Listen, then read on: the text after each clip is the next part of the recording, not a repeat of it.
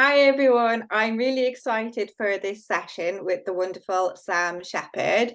I first discovered Sam online on LinkedIn, of course, because she's amazing. She's got amazing content for introverts, and we both were trainers for Google's I Am Remarkable campaign. So that's how I first connected with the lovely Sam.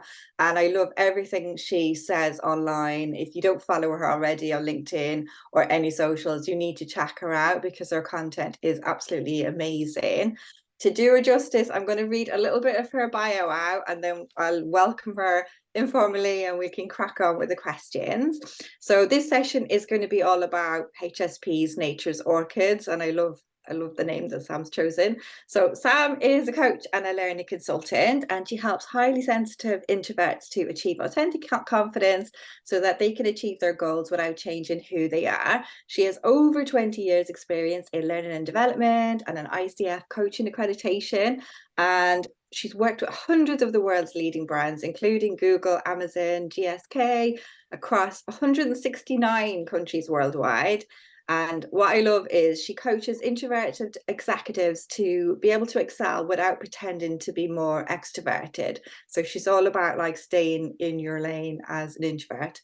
And I love it because I am an introvert. I was going to say, welcome, Sam. Can you tell us a little bit about how you discovered you were a HSP as well as being an introvert? Hi, Jen. Thank you for that intro. And absolutely. So, a few years ago, I saw someone online that I followed use the term HSP. They put the abbreviation, and they started talking about how they were particularly sensitive to things like noise and particular types of environments. And I thought, oh, that sounds like me. So I started to do my own research. And when I came across the definition, kind of the criteria that goes along with being a highly sensitive person, I ticked every box. And I was like, oh, I feel seen. I understand now why I am the way I am. Yeah, no, I love that. And I know I came across like the online quizzes. I ticked almost every box except for one. I was a bit of an oddball because I don't mind horror movies, which I know most HSPs don't really like. So I'm a bit odd like that. I ticked yes for that one. But yeah, I totally agree with what you're saying about you feeling seen. And it just is like a light bulb moment. I'd love to know why you're describing HSPs as like nature's orchids. It's a good question. Actually, this came from a study that was undertaken in 2017, published in a journal in 2018. And that study was called Dandelions, Tulips, and Orchids: Evidence for the Existence of Low Sensitive, Medium Sensitive, and High Sensitive Individuals. And so that study conducted quite extensive research into people in both the US and the UK, and found that people could be broken down into three distinct groups. So the dandelions are those who are not that reactive to external stimulus and not really impacted positively or negatively by what's going on around them. Most people fall into the category of tulips. They continue the flower analogy, which are people that have moderate impact from what's going on around them. But the orchids, we're the hothouse flowers. We need to be treated carefully and nurtured in order to thrive, because we are extremely sensitive to our environment and to external stimulus, whether that be noise, or whether it be people, or whether it be light or touch. And it's both positive and negative stimulus. So the orchids will feel joy on a higher level, but also feel pain on a higher level, and the pain of others. Oh, I love it. I love that like image of a hot house as well with the orchids like thriving in it. I It's totally nice. agree. Yeah, it is because it makes you feel. I like orchids. They're quite special flowers, and we are quite special. And I like the fact that we need that special bit of like TLC to Yeah, bloom, because if we don't have that TLC, yeah, we're not going anywhere. We're just like weeds. We're not flourishing. So yeah, I love that. exactly. Do you find any overlap? Because obviously, like your main thing is about supporting introverts. So I know like 70% of HSPs are introverts. And I'm just wondering, do you find like any overlap between an introvert and a HSP?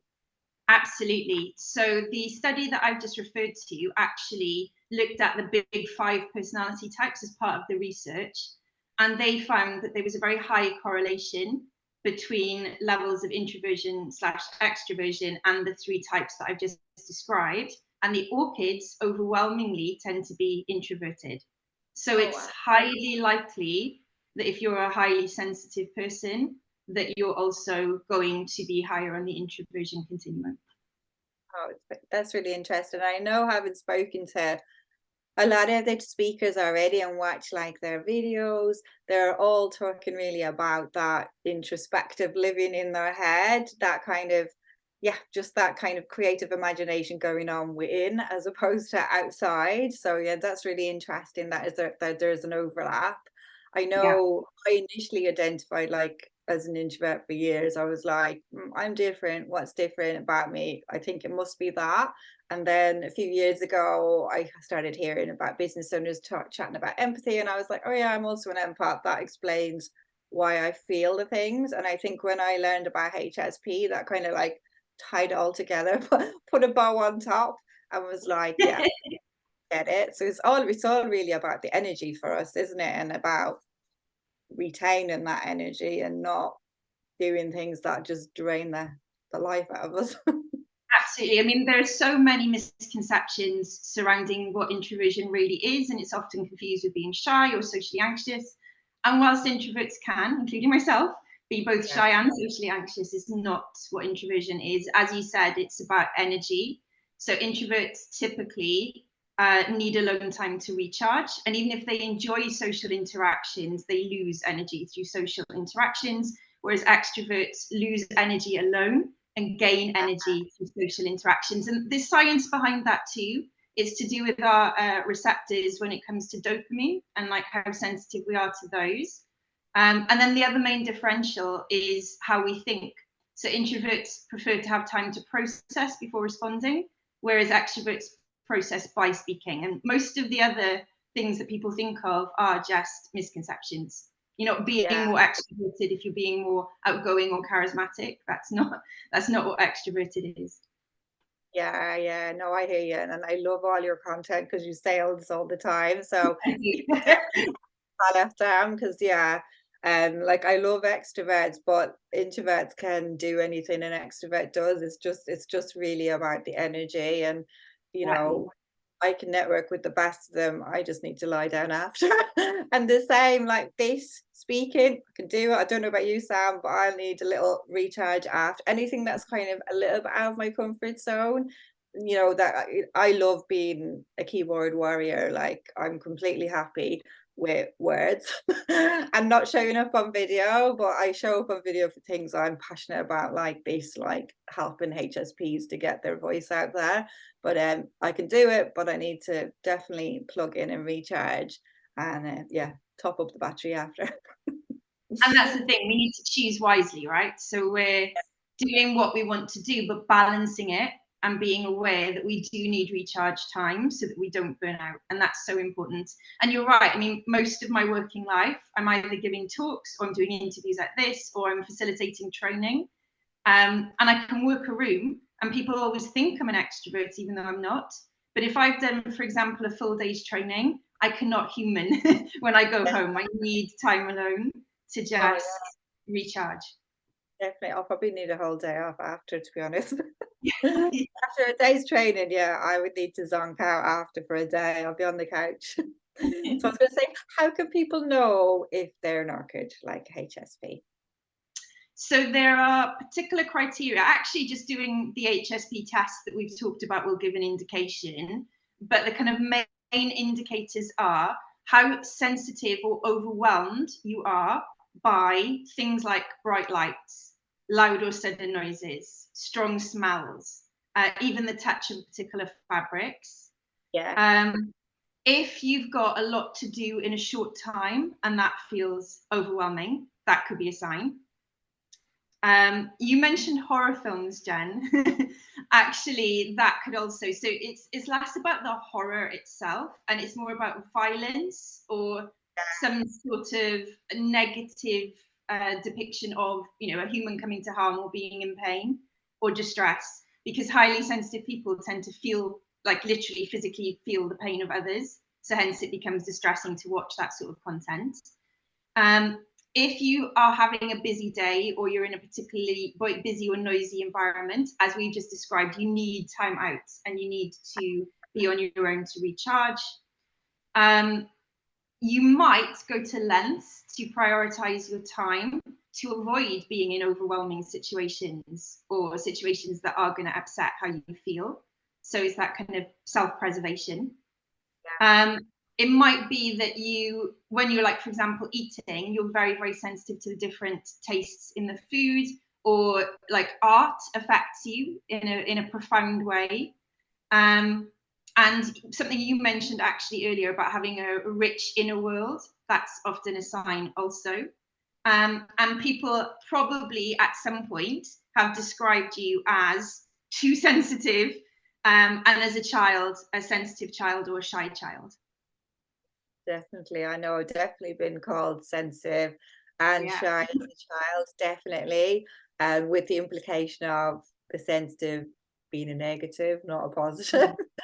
It's interesting what you say. I would say, in my defense for the horror films, I tend to watch a lot of like magical shit, like zombies, or Game of Thrones, that style, as opposed to real life horror. So actually I probably am a HSP in that sense, because I don't like watching anything real, like, and I don't really like even seeing anything about the news or wars or anything like that. So the kind of thriller part is never real, because it's always like a zombie or something. And that's the key thing, isn't it? Because if it is very obviously fictional, then we're more detached from it. But I, for example, watched the series about Jeffrey Dahmer, and I had to take breaks because I was being so negatively impacted, and I was feeling so distressed inside that I had to take breaks from watching it. Whereas if it was something more like you described, where it's like a zombie or whatever, that doesn't really impact me in the same way, because it's not real. But I stopped watching the news probably over a decade ago. I just can't do it. Oh, I get you with the news. I think I try, because it's never really positive, is it? It's always like negative for the video drama as well. I think I got slightly addicted to it in the pandemic. I think we were all looking at it kind of going, what's going on? But in general, yeah, I don't like have it on all the time. My husband does, but I think he's not a HSP. He's sensitive, but he's not a HSP. So he can detach for it. But like you say, it's that empathy and feeling it. You can get like drained really from it, like, so yeah, you have to preserve yourself. So I loved all those different situations that you suggested, and I can totally relate to even being at networking events and needing to go to the toilet for a time out, just to kind of be in there for a few minutes by myself and just deep breathing, usually before, during and after. And people yeah, exactly. Or like a busy conference, it could be a topic you absolutely love, and you're really into it, but constantly, again, usually I'm going up to the toilet or just to a quiet space just to kind of recharge for a few minutes, because it's a lot when you're surrounded by people the whole time and you're just like processing and taking it in. So yeah, I totally get having to find those pockets. And now I'm more in the preservation stage, I would say. I'm becoming more aware, whereas in the past I wasn't. I just kind of did everything, burned out, and was like, why am I so tired? Awareness is key, Jen, because burnout is a very real danger for the orchids of this world. And even just in terms of making sense of the world. So an example with me is, whenever a storm is coming, I will feel it in my body. So I will feel kind of like this weird energy running throughout my body, and I'll kind of feel, like on hyper alert, like hyper vigilant.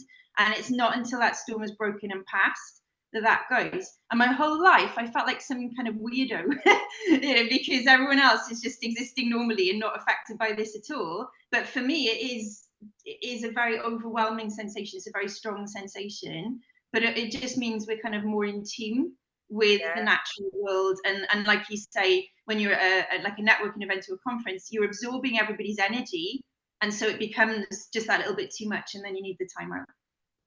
Definitely. And I can relate to what you're saying about the weather. I'm not as in tune with you with the storm, but I know when the air pressure is a bit heavy, if before it kind of rains, I do start to get a headache and I'm like, I know it's going to rain. I can kind of feel that heaviness. And then when it does, like you say, it lifts. Um, but yeah, it's funny because I know my husband always looks at me and I'm like, oh, I think there's going to be rain. I can feel it kind of coming. And he's like, she's such a drama queen. But I do think we are more just in touch with our bodies, you know. Um, and I know before I had back surgery a few years ago, I could feel like my back going, like I could feel the kind of sciatica for a few weeks before, and I ignored it. I just was like, what is this weird feeling? You know, it's nothing. And I was accused of like body scanning and stuff. But I think, yeah, we need to listen to our bodies because our bodies do know. And we pick up on things that other people don't pick up on. So one question I want to ask you is how can HSB introverts bloom and thrive? That's a really good question. So the first thing is to get curious and just notice and be aware without judgment of how you're responding to different situations and different stimuli. So like we've just talked about, you know, are you impacted by the weather? Are you impacted by busy environments, etc.? Just notice, just get curious so you have an understanding of who you are at your core and what impacts you and where your energy is being drained. Because as I mentioned, for HSP introverts, we have a rich inner world. We tend to be very high in terms of emotional intelligence.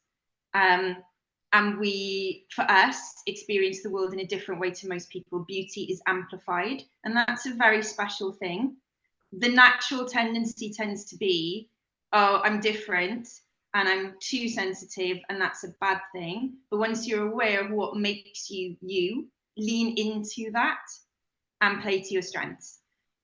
So in my example with the weather, actually having that kind of awareness, I see as a strength because I'm aware of what's going on with the weather and I have a similar reaction to people. So if I'm around someone and they're experiencing joy, I will feel that, like physically in my body, feel that joy. If they're experiencing pain, I will feel the pain. But it means that I'm good at what I do, because if I'm facilitating or coaching, I instantly am able to develop a rapport with people. They trust me immediately because I'm sensing where they are and I'm able to respond to that and adapt to that. So it's kind of like my superpower, if that makes sense. And that's why I've always been very good in the space of coaching and facilitation and speaking, because I have that ability. So I'm leaning into my strengths and I'm doing more of that.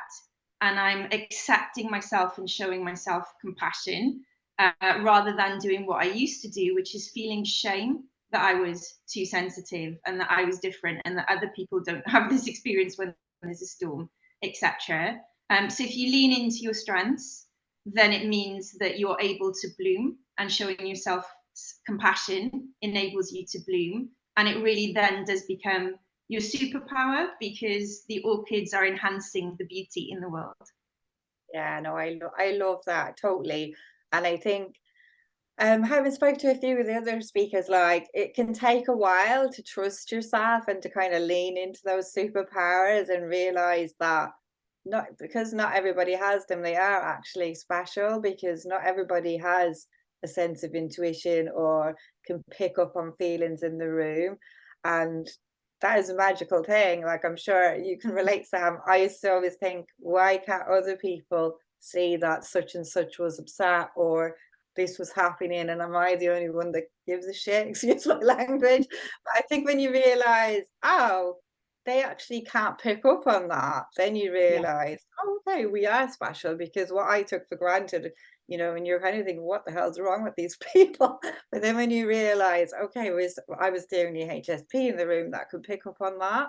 And I think, yeah, I can imagine you're an amazing coach because, yeah, that is a special thing. And I think people feel like, supported and nourished when you've got somebody like that, as opposed to, and I'm sure most people are nervous, a little bit nervous coming on coaching. You can pick up on that rather than like you know, full throttle going into things and meet people where they're at. I love what you said as well about nature as well, and beauty, and you know, art. And because I know I drive my husband slightly mad, where we live in Devon, we've got like really nice views of the estuary, and you can see Dartmoor in the distance. And we literally did the same walk, I would say, for 4 years in our last house, you know, around the block. And every day I'd be like, oh, look at that. Oh, look at that sunset. Oh, that's amazing. And I know he was thinking, what are you talking about? We do this walk every day, but I would see different colors every day, you know, with the sky and stuff. So I definitely think we do kind of see things amplified. I know he's like, what are you on about? We see this the whole time, but for me it was different, like, and I'd be blown away by it. I said, this is a beautiful view, and I'm never not going to be blown away by it. Just every day I'm like, wow, this is so amazing. And he's like, oh, there she goes again. But yeah, I definitely think we definitely feel things, and things like art or music, we can feel them more deeply, you know. I'm sure I shed a tear the odd time when I'm listening to even classical music, or some music can move you quite deeply, you know, whereas other people will just kind of wash over them. So yeah, no, I love the way you've kind of outlined all of that. I could talk to you all day, but obviously we don't have all day with the summit. What is the best place for people to contact you? Like, do you prefer to be contacted on social media, your website, or email? So I do have a website and I am on social media, but what I've done is collated all my points of contact in one place, and that's via my stand store. So at the top of my stand store, there's my LinkedIn, my website, my email, my socials, etc. So it's like a one-stop hub for being Yeah. able to contact me in whichever way best fits the person that wants to reach out. Amazing. And are your favorite people to get in touch with you, are they executive, in like introverts, or do you help like business owners, or is it mainly execs? So it's mainly been executives or introverted leaders that I've been working with, but that's more because that's who's been coming to me. Yeah, It's like naturally that's who I've attracted. And actually most of the facilitation I do is leadership facilitation. So it's interesting, isn't it, that it's kind of aligned inadvertently. But really, you know, I do work with anyone who's an introvert, and especially if they're also highly sensitive introverts. So the digital products I produce, for example, are more kind of applicable to everyone, rather than just executives. It's more the coaching that tends to be executive coaching. amazing, amazing. So I would urge everyone, have a look below the video, check out like Sam's bio, check out all her links, definitely connect with her on LinkedIn and follow her on there, because I know she's got amazing content. I know you're recently into threads as well, so do check out her links. She'll have them all in there. And if you need coaching, you know where to go. She's amazing. I've actually been in one of her sessions a few years ago with Google, and I know she's an amazing facilitator. So do check her out. And yeah, her content is very empowering. So definitely read her, read her stuff. Definitely, it's amazing. So I just want to thank you, Sam, for coming along today. I really appreciate all your words of wisdom. If I was just asking you like one last thing, if you had like one key takeaway for people from today listening to you, like what would be the one point about HSPs or orchids that you'd like to make?